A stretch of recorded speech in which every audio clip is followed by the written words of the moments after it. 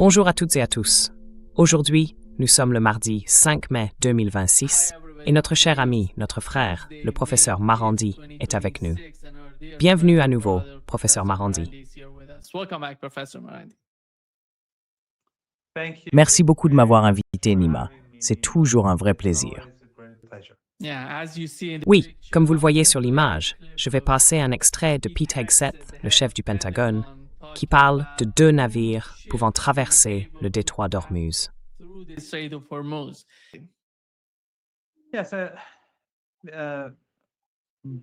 Oui, les États-Unis, je pense que c'était surtout un test pour voir si les Américains pouvaient intimider l'Iran afin qu'il laisse passer les navires. En gros, ce qui s'est passé, c'est que les Iraniens, d'un côté, tiraient des coups de semonce sur les navires américains, mais en même temps, ils empêchaient les bateaux de quitter le détroit d'Ormuz, parce que les navires iraniens sont bloqués et que les États-Unis violent le cessez-le-feu, à la fois au Liban et dans le détroit d'Ormuz, dans la région du golfe Persique et dans le golfe d'Oman. Les États-Unis veulent imposer un blocus sur les ports iraniens, tout en permettant aux pays qui les soutiennent dans leurs attaques contre l'Iran, c'est-à-dire les Émirats, le Koweït, l'Arabie saoudite, le Qatar et Bahreïn, d'utiliser leurs ports. Et ça, pour l'Iran, c'est inacceptable. Le détroit d'Ormuz n'est pas fermé.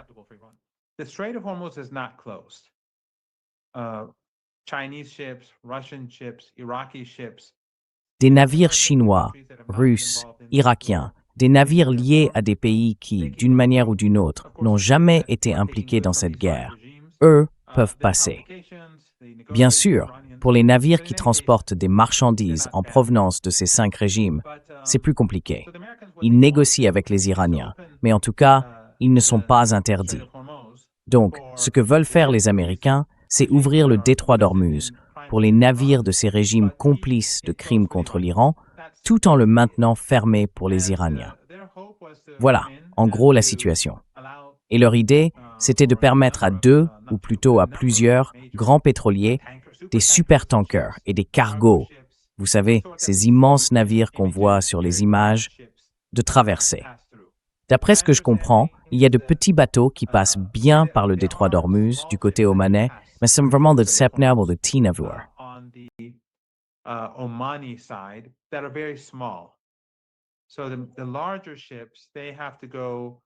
Alors, les grands navires, eux, doivent passer, et ils sont facilement repérables, surveillés. Les supertankers, les gros pétroliers, les cargos. Mais à côté de ça, il y a plein de petits bateaux, et certains longent la côte d'Oman. Parfois, ils passent par là. C'est comme ça que je le comprends. Et ce ne sont pas des navires importants. Par exemple, l'un des bateaux que les États-Unis ont frappé la nuit dernière, ils n'ont touché aucun navire appartenant aux gardiens. Aucun. 0. C'était des bateaux de pêche et de petits cargos. L'un d'eux, justement, un petit cargo qui transporte des marchandises entre Oman et l'Iran, aller-retour. Ils l'ont frappé et ils ont tué des civils. Donc, il y a beaucoup de petits bateaux, de très petits bateaux, qui n'ont aucune importance pour le commerce mondial.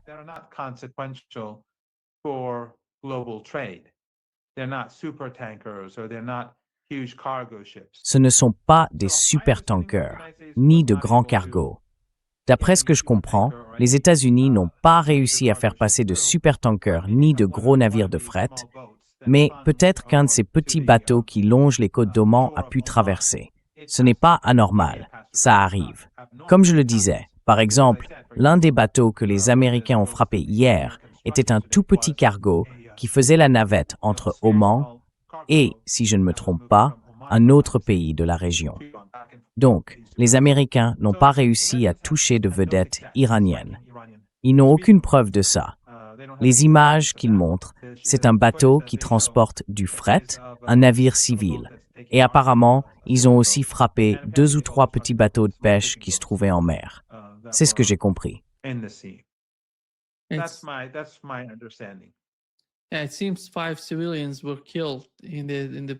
Il semblerait que 5 civils aient été tués.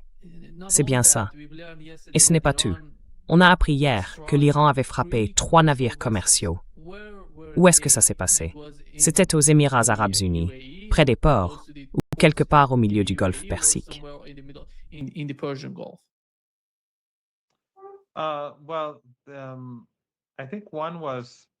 Eh bien, je crois qu'il y en a eu une. Enfin, je ne suis pas tout à fait sûr. Mais il y en a eu 3. Je ne sais pas si l'une d'elles était près de Ras Al Khaimah, ou plutôt du côté de Fujairah. Je ne suis pas certain. Désolé, je ne suis pas à jour sur les détails. Mais il y a bien eu des frappes. 3 navires ont été touchés. Et bien sûr, des bases à l'intérieur des Émirats ont aussi été visées. Comme on le sait, Fujairah a été frappée. L'installation pétrolière là-bas a été touchée.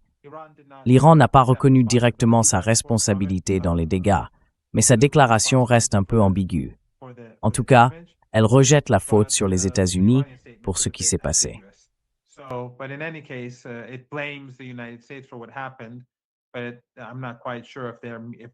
Mais je ne suis pas tout à fait sûr de ce qu'ils veulent dire. Est-ce qu'ils sous-entendent que ce sont les Américains qui ont fait ça, ou bien que c'est simplement leur faute si tout cela est arrivé? En tout cas, les installations pétrolières émiraties ont subi d'importants dégâts. 3 navires ont été détruits et les Américains refusent de donner le nom des 2 navires qui ont réussi à passer. S'ils ne le font pas, c'est sans doute parce que ce serait vraiment significatif seulement s'il s'agissait de superpétroliers ou de grands cargos. Sinon, si c'est juste un petit bateau avec une faible cargaison, ça n'a pas vraiment d'importance. Parce que, comme je l'ai déjà dit, les bateaux longent souvent les côtes d'Oman et les petites embarcations peuvent traverser le détroit d'Ormuz.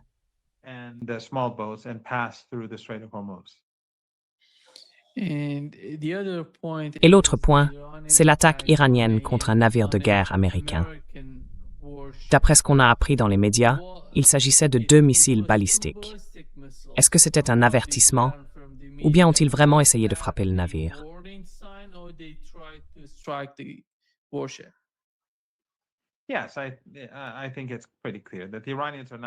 Oui, je pense que c'est assez clair que les Iraniens n'utilisent pas leurs armes les plus sophistiquées. Ils essayent de pousser les Américains et les Émiratis à épuiser leurs capacités militaires, leur défense aérienne. Les Iraniens ne veulent pas d'escalade. Ils sont très satisfaits de la situation actuelle. Ils contrôlent le détroit d'Ormuz. Les États-Unis ont en pratique paralysé le commerce mondial.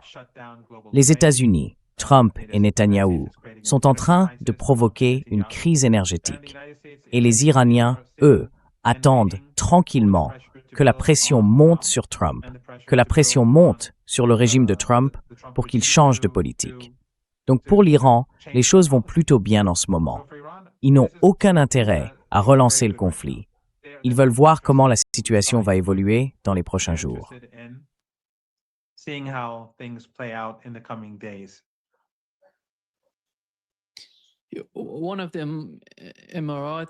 Hier, l'un des responsables émiratis a tweeté que le régime islamique en Iran regretterait le 4 mai, tout comme le Hamas a regretté le 7 octobre. Il a ajouté « C'est une promesse ». Quelle est la réponse iranienne à ce genre de déclaration venant du gouvernement ou de ses responsables des Émirats arabes unis?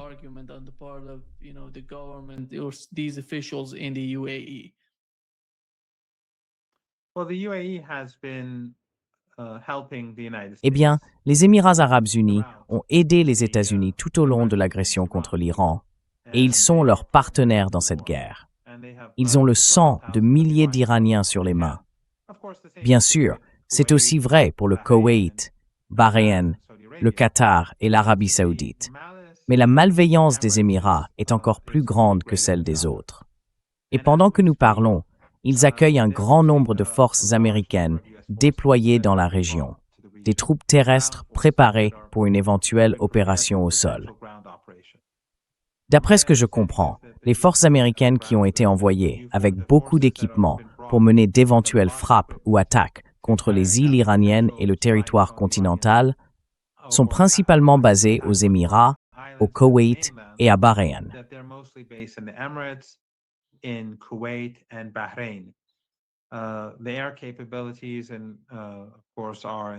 Leurs capacités, bien sûr, sont plus importantes en Arabie saoudite que dans d'autres pays. Et le Qatar joue aussi son propre rôle. Les Américains présents au Qatar participent également. Donc il y a un important dispositif. En ce moment, il y a une forte présence militaire américaine aux Émirats, prête à une éventuelle attaque contre l'Iran. Mais encore une fois, comme je l'ai dit, l'Iran n'a aucun intérêt à l'escalade parce qu'il estime que le temps joue en sa faveur. Chaque jour qui passe, chaque jour qui avance, représente un nouveau revers pour les États-Unis, car la pression sur l'économie mondiale ne cesse d'augmenter.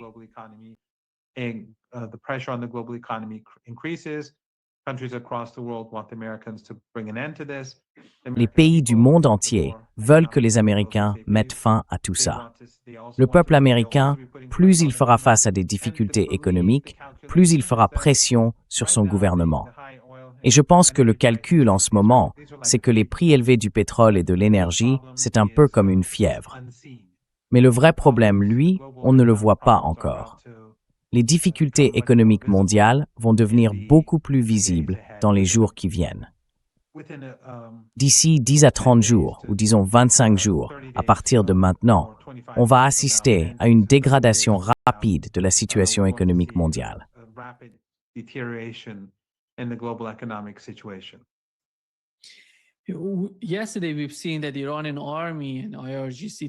Hier, on a vu que l'armée iranienne et les gardiens de la révolution patrouillaient ensemble dans le détroit d'Ormuz, avec deux lignes, l'une vers l'est et l'autre vers l'ouest du détroit.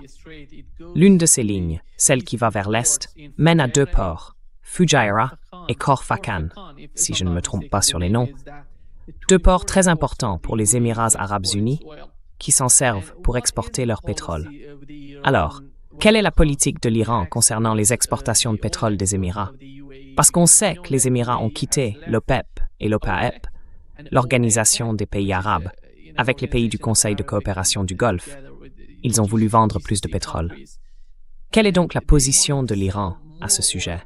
Quelle est la vision du gouvernement iranien là-dessus? What is the understanding of the Iranian government of that? Eh bien, je pense qu'après ce qui s'est passé hier, ils ne vont pas vendre de pétrole avant un moment. C'est en tout cas ce que j'ai compris.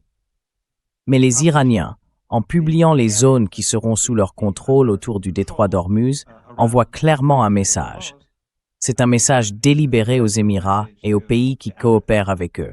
Ces deux ports émiratis sont désormais sous contrôle iranien, au moins à distance. Et si des navires veulent entrer ou sortir, surtout ceux qui vont vers Jeddah, à l'extérieur du golfe Persique, ils devront obtenir une forme d'autorisation de la part des Iraniens. C'est donc une manière de mettre une pression supplémentaire sur les Émirats. Rappelez-vous, les Émirats en ce moment, non seulement ils participent à cette guerre qui continue, mais nous sommes en guerre avec les États-Unis.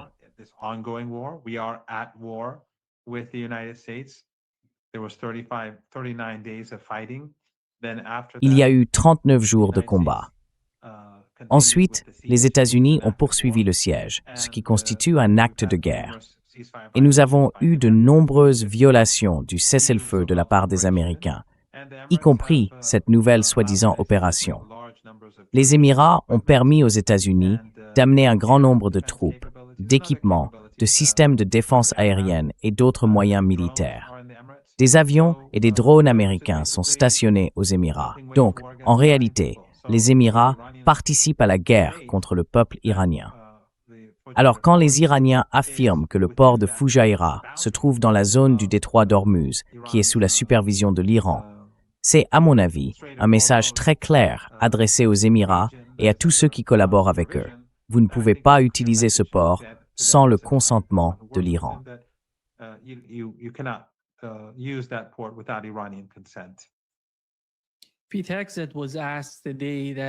On a demandé aujourd'hui à Pete Hegseth si au cours des dernières 24 heures, l'Iran avait tiré sur les États-Unis. Est-ce que cela signifie que le cessez-le-feu est terminé? Il a répondu que non, le cessez-le-feu n'est pas terminé, que c'est un projet distinct. Professeur Marandi, comment l'Iran définit-il la situation actuelle avec les États-Unis? Est-ce qu'il s'agit d'une pause quand on regarde le niveau de l'équipement, les mouvements des avions de chasse dans la région, les avions ravitailleurs qui se déplacent aussi? Quelle est la compréhension de l'Iran? dans ce contexte? Moving in the region, what is the understanding of Iran? Well, the Iranians are expecting a major assault. Eh bien, les Iraniens s'attendent à une attaque majeure, et ça fait déjà un bon moment qu'ils s'y préparent. Je crois que la semaine dernière, quand on en parlait ensemble, à ce moment-là, beaucoup pensaient qu'une attaque pouvait être imminente. Et cette idée reste d'actualité aujourd'hui. Le fait que lui et Trump insistent tous les deux sur le fait qu'il y a toujours un cessez-le-feu, j'imagine que ça montre qu'ils sont inquiets, prudents, ou peut-être qu'ils n'ont pas encore tout mis en place pour lancer une offensive contre l'Iran. Cette opération en particulier a été un échec, et tout ce qu'elle a fait, c'est tuer 5 personnes innocentes et détruire un bateau, peut-être 2, mais il se peut qu'un seul bateau ait disparu le long des côtes d'Oman. Mais comme je l'ai dit, ça n'aurait pas vraiment de lien avec les navires américains, parce que ce genre de choses arrive.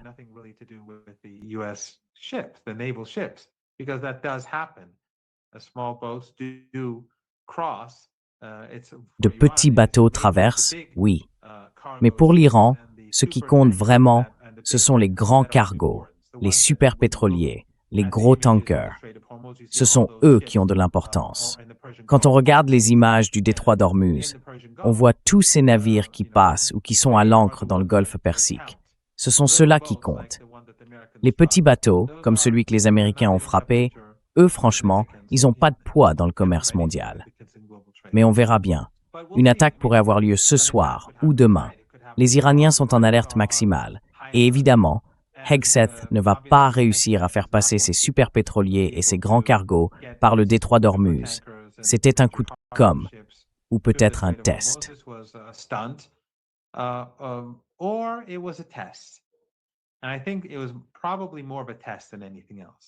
Je pense que c'était probablement plus un test qu'autre chose. C'était sans doute les États-Unis qui voulaient voir si les Iraniens allaient se laisser intimider ou non, et si l'Iran allait les laisser faire ou pas. Et les Iraniens ont montré très clairement que non. Ils ont infligé des dégâts importants aux navires. 3 ont été touchés. Et bien sûr, les installations pétrolières de Fujairah ont été frappées. Et apparemment, des bases aux Émirats ont aussi été visées par des drones et des missiles. Donc, au final, cette opération a coûté très cher aux États-Unis. Ils ont dû utiliser une grande partie de leur système anti-aérien et anti-drone contre ces missiles et drones iraniens bon marché, parce que les Iraniens n'emploient pas encore leur technologie la plus avancée contre eux. Ils la réservent pour le cas où il y aurait une nouvelle escalade majeure.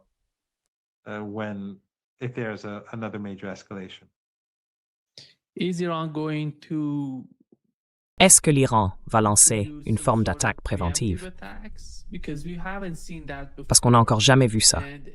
Et l'attaque contre les Émirats arabes unis, contre ces ports là-bas, nous rappelle, d'une certaine façon, que l'Iran change peut-être de stratégie, qu'il pourrait envisager des attaques préventives s'il pense que les États-Unis vont frapper l'Iran.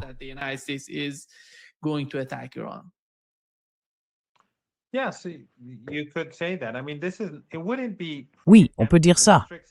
Enfin, ce ne serait pas une action préventive au sens strict du terme, parce que les Émirats ont mené une guerre contre nous. Ils nous ont fait la guerre pendant 39 jours. Et ils ont coopéré avec les Américains. Ils les ont aidés à préparer la poursuite de cette guerre. Mais si on prend tout ça en compte, oui, il est tout à fait possible que ce soit un signe que l'Iran n'attendra pas forcément que les Américains lancent une frappe et qu'ils décident de frapper les premiers. C'est possible, parce que même si les Iraniens n'ont pas reconnu ouvertement leur responsabilité dans ce qui s'est passé aux Émirats arabes unis, en tout cas, les Émirats ont bien été touchés par des drones et des missiles, et les dégâts ont été très importants.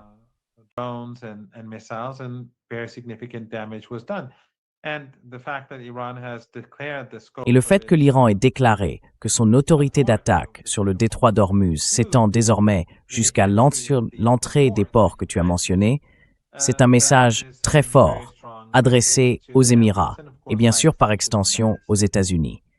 Parce que, tu sais, Nima, on en a déjà parlé plusieurs fois. S'il y a la guerre, l'Iran frappera évidemment très durement le régime israélien et il frappera aussi très durement les Américains.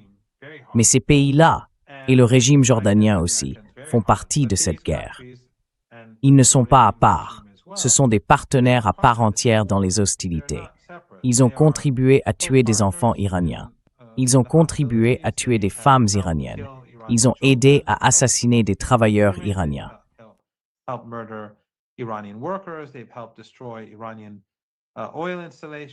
Ils ont contribué à détruire des installations pétrolières, gazières ou pétrochimiques iraniennes. Donc franchement, ils n'ont rien à reprocher à personne. Les Émirats, c'est un tout petit régime, à peine 1 200 000 citoyens. Ils ne sont pas en position de menacer l'Iran. S'ils étaient intelligents, eux et les 4 autres pays devraient se réunir et dire aux États-Unis « Vous ne pouvez plus utiliser notre terre, notre mer ou notre espace aérien pour attaquer l'Iran. » S'ils faisaient ça, il n'y aurait pas de guerre, parce que sans eux, sans ces 5 pays, et la Jordanie aussi, mais disons ces 5-là, les États-Unis, d'un point de vue logistique, ne peuvent tout simplement pas mener une guerre contre l'Iran. C'est impossible. Looking at the region today, what is the assessment Quand on regarde la région of the aujourd'hui, Iranians? Do they quelle est believe l'évaluation that du côté the iranien? Trump administration Est-ce qu'ils can pensent que attack them, l'administration Trump va les attaquer or immédiatement? they're feeling Ou that bien ont-ils le something sentiment que else quelque may chose d'autre est en train go in d'évoluer, the case of- avec, you comme vous mentioned l'avez the case mentionné, of la question du with the climat, case of des usines de desalination dessalement? plants, with the case of, Et d'après ce qu'on a appris hier dans le Financial Times, la guerre contre l'Iran a eu un impact énorme sur l'approvisionnement en pétrole sur le marché.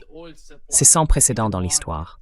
C'est incroyable de voir à quel point cela influence la situation dans le détroit d'Ormuz et plus largement l'approvisionnement en pétrole dans le monde entier. Et c'est bien là le problème aujourd'hui. C'est pour ça que Donald Trump subit une telle pression à cause de ce dossier, à cause de la question iranienne.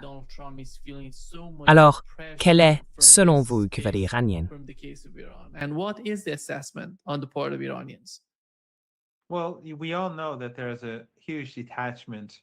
Eh bien, on sait tous qu'il y a un énorme décalage entre le prix du pétrole qu'on voit sur les sites et celui du marché au comptant, qui est bien plus élevé.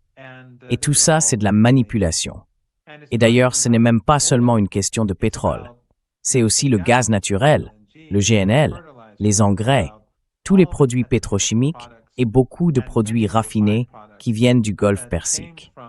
Et bien sûr, avec la frappe contre les Émirats arabes unis, le marché va encore se resserrer parce que les rares exportations qu'ils arrivaient à maintenir se sont maintenant arrêtées. Mais ensuite, il y a l'hélium.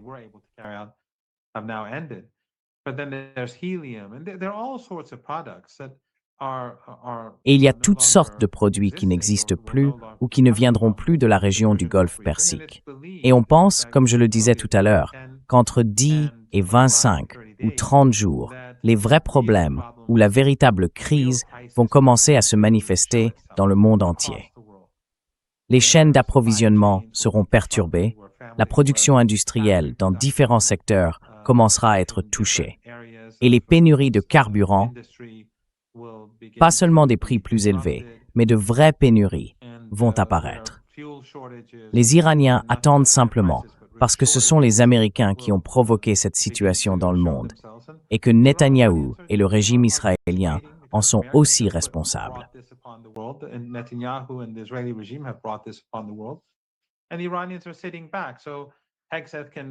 Et les Iraniens, eux, restent en retrait. Alors Hegseth peut se présenter devant un public et faire comme s'il avait mené une immense opération, alors qu'en réalité, ça ne veut rien dire. Et pendant ce temps, la situation ne fait qu'empirer pour les États-Unis et pour les Émirats arabes unis. D'après ce que je comprends, leurs exportations de pétrole sont tombées à zéro. Et 3 navires ont été gravement endommagés, dont un, je crois, complètement détruit. Ce n'est pas bon pour les États-Unis. Ce n'est pas bon du tout. Et bien sûr, Trump doit se rendre en Chine dans moins de 10 jours. Et le ministre iranien des Affaires étrangères, comme vous le savez, est justement en route pour Pékin. So I think that in the next few days, it's going to be very problematic for him Je to pense que carry dans out les this prochains assault. jours, ce sera très compliqué pour lui de lancer une attaque contre l'Iran. Ça ne donnerait pas une bonne image. Et comme vous l'avez mentionné tout à l'heure, la météo va se dégrader sérieusement. Quand Trump rentrera de Chine vers la mi-mai, je crois qu'il sera les 14 et 15, c'est justement à ce moment-là que la chaleur monte très vite sur la péninsule arabique. J'en ai parlé avec plusieurs hauts responsables militaires, pas iraniens en l'occurrence, mais américains. D'anciens responsables, vous savez, comme nos amis communs qui ont servi dans l'armée. Our mutual friends who were in the military, and they acknowledge that it is going to be very difficult. Ils reconnaissent que ce sera très difficile pour les troupes au sol de s'engager et plus généralement pour les soldats de participer à une guerre dans une telle chaleur. Il faut se rappeler que la guerre pour chasser les forces de Saddam du Koweït s'est déroulée plus tôt dans l'année, au printemps, et que l'invasion de l'Irak, elle aussi, a eu lieu au printemps, quand le temps était encore favorable. Aujourd'hui, la chaleur augmente de jour en jour. Et d'ici à ce que Trump revienne de Pékin ou de Chine, la température et l'humidité vont grimper très vite. Ce ne sera donc pas une période favorable pour les États-Unis. Et chaque jour qui passe, absolument chaque jour, la crise s'aggrave. La crise économique mondiale s'intensifie. The global economic crisis intensifies. So while they're talking about their brilliant siege on Iran, Pendant qu'ils parlent de leur soi-disant brillante opération de blocus sur les ports iraniens, on peut en débattre, discuter de son efficacité. Eh bien, pendant qu'ils s'en vantent, en réalité, ils se font plus de mal à eux-mêmes qu'à l'Iran. Et le temps ne joue pas en leur faveur. Les Iraniens, eux, sont bien plus résilients, comme on l'a vu pendant la guerre de 39 jours. Et si vraiment les Américains réussissaient leur blocus contre l'Iran, il n'y aurait pas besoin de ces opérations factices. Trump n'aurait qu'à s'asseoir, se détendre et attendre que l'Iran s'effondre, et ce serait fini. Mais évidemment, ces tentatives ridicules, ces opérations absurdes, c'est de la pure panique. Ils agissent ainsi parce qu'ils savent très bien que le temps n'est pas de leur côté. They are out of there because they know that time is not on their side. Hier, Donald Trump a déclaré, dans une interview, qu'il voulait armer le peuple iranien pour qu'il fasse le travail à la place des États-Unis. Il pense qu'il avait déjà dit auparavant qu'il avait envoyé beaucoup d'armes aux Iraniens, mais il estime aujourd'hui que ces armes ne sont jamais arrivées à l'intérieur de l'Iran, entre les mains du peuple iranien. Et quand on se souvient de l'attaque dans le sud d'Ispahan, le général Khan avait dit que tout le monde, absolument tout le monde en Iran, tirait sur nous. Alors, qu'est-ce que c'est que ça? Comment Donald Trump peut-il simplement ignorer les faits de ce qui s'est passé dans le sud d'Ispahan?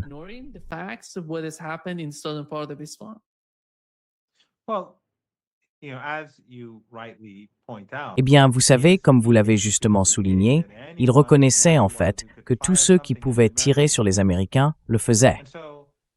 Et ça, c'est une reconnaissance claire de la position du peuple iranien. Il se tient aux côtés de la République islamique d'Iran, de la Constitution, des forces armées et du guide. C'est évident, c'est un aveu public. Les médias occidentaux n'aiment pas insister là-dessus parce que ça ne sert pas leur récit. Et puis, les médias occidentaux appartiennent aux mêmes personnes qui possèdent le gouvernement et les généraux. Mais d'un autre côté, quand Trump parle d'envoyer des armes en Iran, il parle en réalité de terrorisme. Et c'est exactement ce qui s'est passé pendant les manifestations, qui ont ensuite été suivies par une insurrection armée n'ayant rien à voir avec ces manifestations.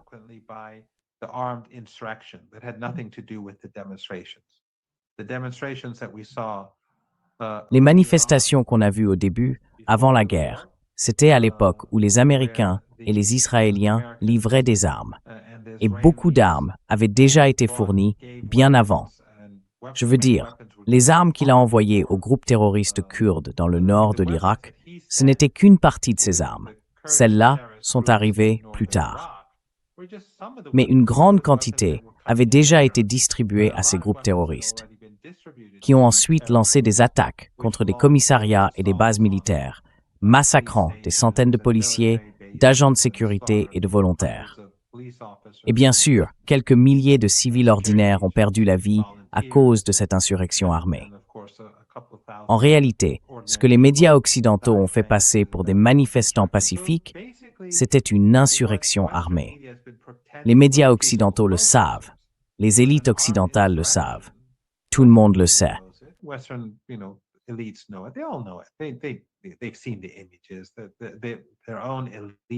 Ils ont vu les images. Leurs propres élites l'ont reconnu. Trump l'a reconnu. La chaîne 14 en Israël l'a dit clairement.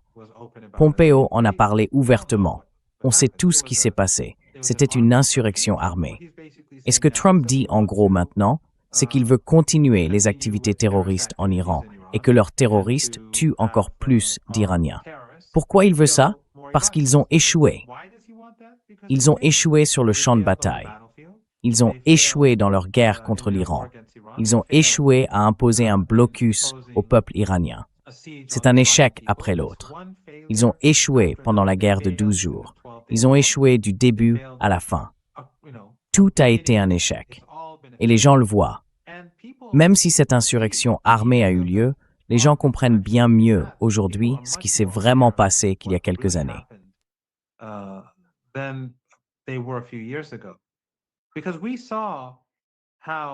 Parce qu'on a vu comment ils avaient été touchés pendant les émeutes Femmes, Vie, Liberté et tous les mensonges qu'ils ont diffusés sur Mahsa Amini en disant qu'elle avait été torturée et assassinée, alors que tout ça, c'était de la fausse information. Elle n'a pas été battue, elle n'a pas été blessée. Les images, les vidéos, tout le montrait clairement. Elle avait un problème de santé depuis l'enfance. Oui, ils l'ont arrêtée. C'était inutile et c'est une autre histoire.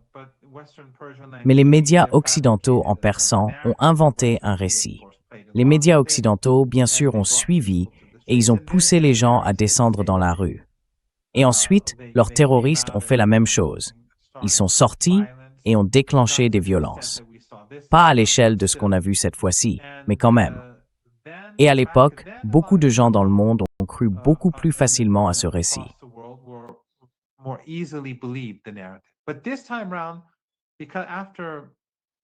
Mais cette fois, après Gaza, après le génocide à Gaza, les gens ont ouvert les yeux. Beaucoup ont vu clair à travers la propagande autour des émeutes d'il y a quelques mois. Le secrétaire américain au Trésor lui-même a dit ouvertement qu'ils avaient fait chuter le rial pour pousser les gens à descendre dans la rue. On sait tous que, quand les gens sont sortis, ils n'étaient pas très nombreux, mais il n'y a pas eu de violence, pas d'arrestation. Et puis, après quelques jours de manifestations pacifiques, que le gouvernement a reconnues comme légitimes à cause de la chute du rial, des émeutiers armés s'en sont mêlés. Là, on a eu 2 jours de combats intenses à cause de leur insurrection armée.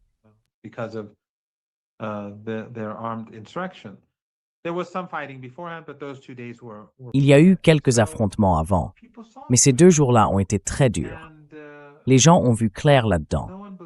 Plus personne ne croit à la propagande, comme en Syrie. Les gens se sont réveillés face à la réalité de ce qui s'est passé en Syrie. Ils savent que la résistance avait raison à l'époque. Beaucoup de gens, à ce moment-là, croyaient à la propagande. Mais aujourd'hui, les événements qui se sont produits et la prise de conscience un peu partout dans le monde ont fait que, sauf ceux qui veulent absolument garder les yeux fermés, ou ces salafistes et wahhabites, qui sont en ce moment les seuls dans le monde arabe, eh bien, quand les Iraniens frappent les Émirats, les gens dans la rue, les Arabes ordinaires, applaudissent.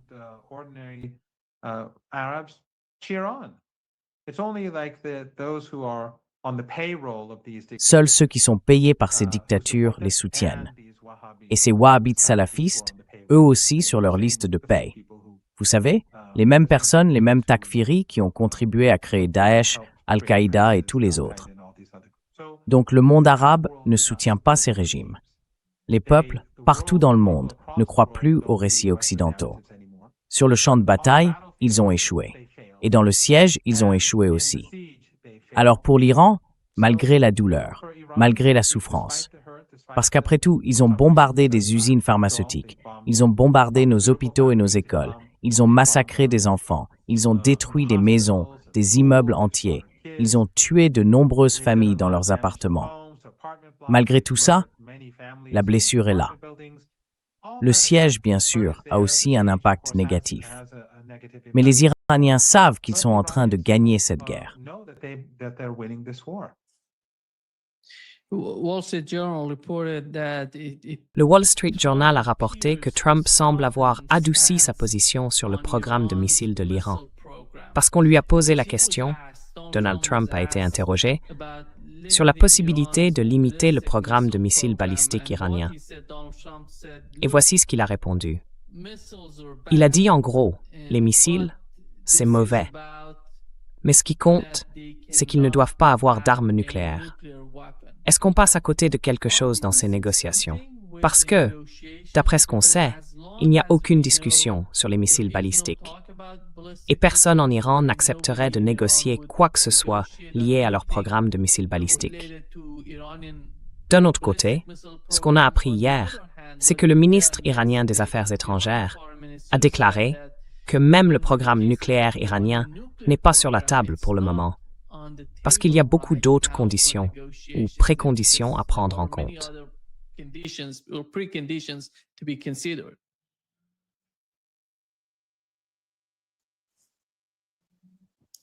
Vous êtes de retour, professeur Marandi.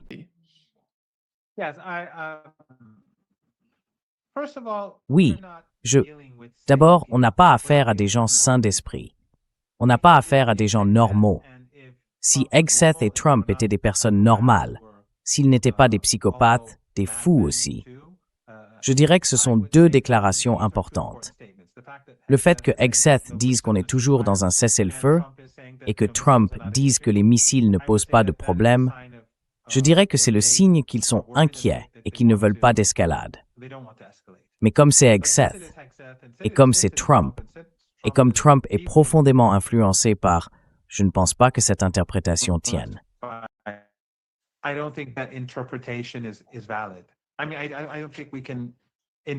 Je veux dire, je ne pense pas qu'on puisse trop miser sur cette interprétation, d'accord? Normalement, on pourrait dire que c'est un signe intéressant que Trump essaie peut-être de se retirer progressivement. Mais bon, c'est Trump. Il peut dire une chose aujourd'hui et demain annoncer qu'il veut que tous les missiles soient détruits. 2 heures plus tard, on peut voir un nouveau message sur les réseaux. Non seulement les missiles, mais aussi toutes les armes de poing en Iran doivent être remises. Qui sait ce qu'il fera après-demain? Il pourrait très bien dire « Bueno, je veux effacer la civilisation iranienne. Je veux exterminer tous les enfants d'Iran. » Ce sont des fous. Donc on ne peut vraiment faire aucun calcul.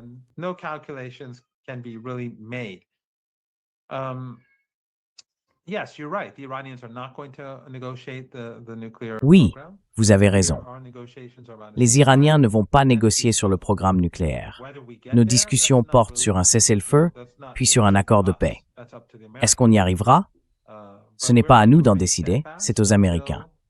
Mais nous, on va rester fermes jusqu'à obtenir ce qu'on veut. Et au fond, les Américains, la plus grande erreur de calcul de Netanyahou, enfin, de ses opposants, ceux de Netanyahou et de Trump, parmi les fanatiques, vous savez, ce qu'on appelle le culte sioniste. C'est qu'ils devraient hurler que ces deux hommes et leur soutien ont rendu l'Iran bien plus puissant. Parce qu'aujourd'hui, l'Iran contrôle le détroit d'Ormuz et il va continuer à le contrôler. On verra demain ou après-demain si des centaines de pétroliers passent ou non. Si des centaines passent demain, alors Hegseth a raison. Mais si des centaines de pétroliers, de superpétroliers et de cargos ne passent pas, alors Hegseth pourra faire semblant autant qu'il veut.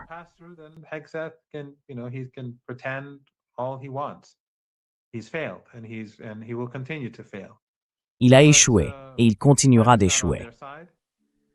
Mais le temps ne joue pas en leur faveur. Peut-être. Je veux dire, si on prend en compte que le temps n'est pas de leur côté, ils ont perdu, ils sont en train de perdre la guerre. Alors on pourrait, si on voyait Trump comme une personne normale, Hegseth comme quelqu'un de raisonnable, se dire bon, peut-être qu'ils veulent se retirer discrètement. D'autant que, vous savez, Trump a aussi insisté, je crois, sur le fait que le cessez-le-feu est toujours en vigueur. Et puis il a ajouté que, eh bien, avant, il parlait de détruire le programme de missiles iranien. Et maintenant, il dit autre chose. Donc, avec un dirigeant normal, aussi inquiétant soit-il, on pourrait se dire qu'il y a peut-être un signe à interpréter. Mais comme c'est Trump, je préfère ne pas trop en tirer de conclusion. On verra bien.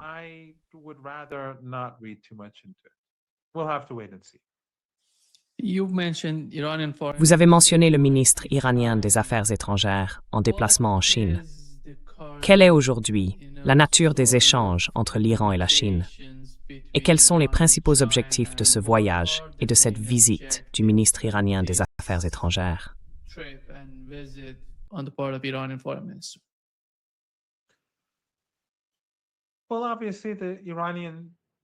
Eh bien, évidemment, la relation entre l'Iran et la Chine est plutôt bonne. Je ne pense pas que ce soit un secret pour personne. Et son voyage en Chine arrive juste avant la visite de Trump. Il y a clairement un lien. Les deux parties vont sans doute parler de ce déplacement de Trump. J'imagine que Trump a déjà envoyé des messages à la Chine au sujet du détroit d'Ormuz et de la guerre avec l'Iran. On verra bien ce qui va se passer. Mais la relation entre les deux pays est vraiment solide. Les Chinois sont manifestement très en colère contre les Américains, pour de nombreuses raisons. La guerre commerciale, bien sûr, mais aussi le fait que les États-Unis ont renversé le gouvernement au Venezuela et qu'ils retiennent le président en otage. Et maintenant, ils ont tué des dirigeants iraniens et ils mènent une guerre contre l'Iran.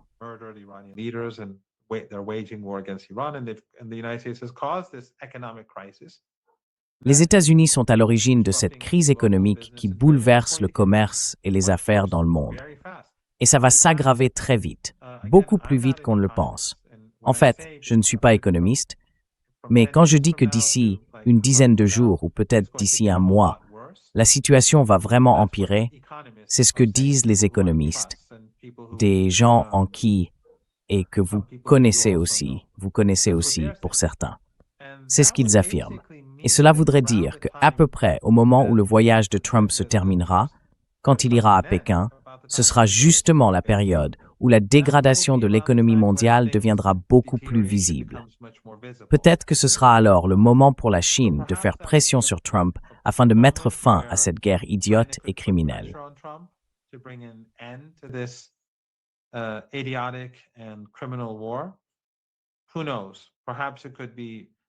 Qui sait? Peut-être que c'est ça. Mais encore une fois, les Iraniens ne vont pas faire de compromis sur leur souveraineté. Ils ne vont pas faire de compromis sur leur programme nucléaire. Ils ne vont pas non plus faire de compromis sur l'axe de la résistance. Ils sont en position de force. Donc s'il doit y avoir un vrai mouvement en avant, il devra venir du côté américain, pas du côté iranien. Mais bien sûr, on le sait, et je suis presque certain que Trump ne veut pas poursuivre cette guerre. J'en suis vraiment convaincu.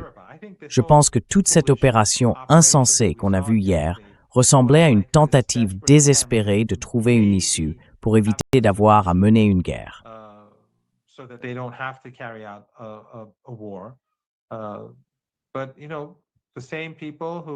Mais vous savez, les mêmes personnes qui ont provoqué cette guerre, comme l'a dit Joe Kent, cette guerre a commencé à cause du régime sioniste. Elle a commencé à cause du lobby sioniste. Il a dit ça il y a un peu moins de 2 mois. Le monde n'a pas tellement changé depuis. Donc, on peut supposer que le lobby sioniste et le régime israélien continuent de vouloir la guerre. La seule différence ici, Nima, et je veux rester un peu prudent, c'est que la seule chose qui pourrait vraiment changer la situation, ce serait si l'économie américaine et la situation du gouvernement américain devenaient tellement mauvaises qu'ils soient obligés de choisir entre leurs propres intérêts et ceux du régime israélien.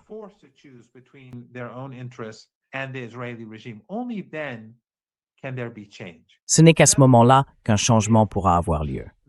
En d'autres termes, tant que la douleur n'est pas suffisante, les États-Unis continueront de sacrifier leurs propres intérêts pour le régime israélien, comme on l'a déjà vu. En ce moment même, ils sacrifient leur population, leur économie, leur position dans le monde, leurs intérêts globaux, tout ça au profit du régime israélien. C'est évident. Mais si on en arrive à un point où cela devient dangereux pour les États-Unis, alors il pourrait y avoir une divergence. À ce moment-là, les États-Unis pourraient dire, eh bien, nous avons aussi d'autres priorités.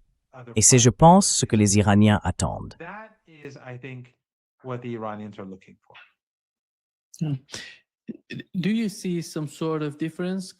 Voyez-vous un changement se profiler dans les pays du CCG avec la décision des Émirats arabes unis? Parce que si on regarde l'Europe, vous vous souvenez qu'avec le cas de l'Ukraine, on disait en gros que la politique étrangère était définie par l'OTAN. Mais maintenant, quand on observe ce qui se passe au Moyen-Orient, on voit que les différences commencent à apparaître au grand jour. Alors, que se passe-t-il exactement dans les pays du CCG? Qui décide vraiment de la politique de ces États du Golfe Persique?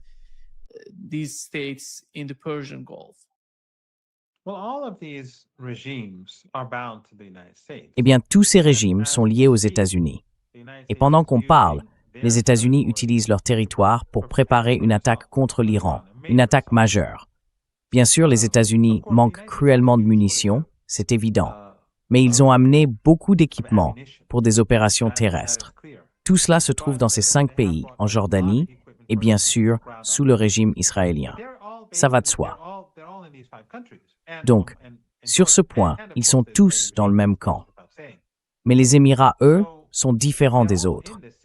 Comme vous l'avez souligné, non seulement ils ont quitté l'OPEP, mais aussi l'Organisation des pays arabes exportateurs de pétrole.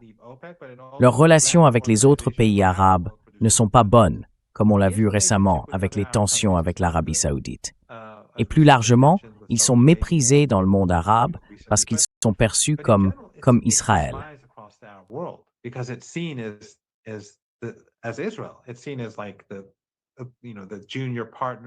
On la voit un peu comme le partenaire junior du régime israélien. Vous savez, son comportement en Somalie, son comportement au Yémen, son soutien au génocide contre le peuple du Soudan, leur rôle dans toute la corne de l'Afrique et sur la péninsule arabique, tout le monde le voit.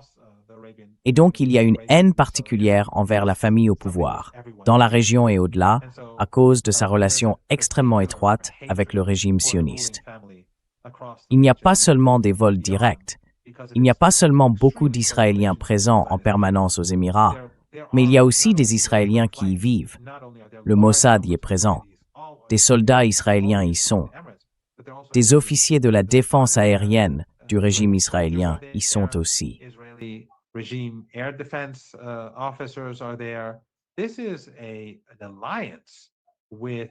C'est une alliance avec un régime qui est, vous savez, même la déclaration que vous avez lue, où il est dit « tout comme le Hamas après le 7 octobre ».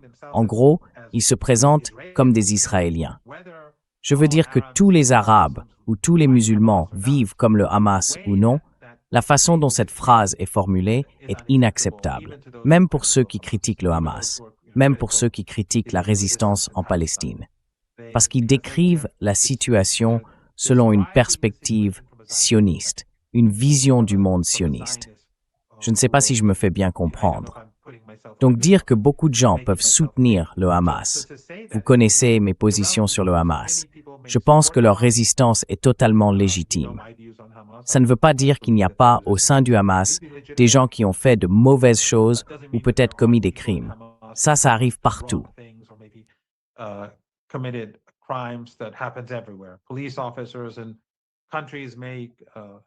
Des policiers dans certains pays peuvent commettre des crimes. Mais ça ne veut pas dire que la police en général est quelque chose d'illégitime. Cela dit, certains peuvent être critiques envers le Hamas ou opposés au Hamas, mais la façon dont ils parlent du 7 octobre est très claire. Très claire. Ils s'expriment d'un point de vue sioniste, et ça montre bien où se situe le régime des Émirats arabes unis. Il est complètement isolé sur ce plan. Il n'a ni soutien ni respect de la part de la majorité de l'opinion publique. Seuls les salafistes, les wahhabites et ceux qui sont sur la liste de paix, et il y en a beaucoup, que ce soit aux Émirats, au Qatar ou en Arabie saoudite, peuvent soutenir les Émirats en ce moment. Mais l'opinion publique, elle, ne les soutient pas.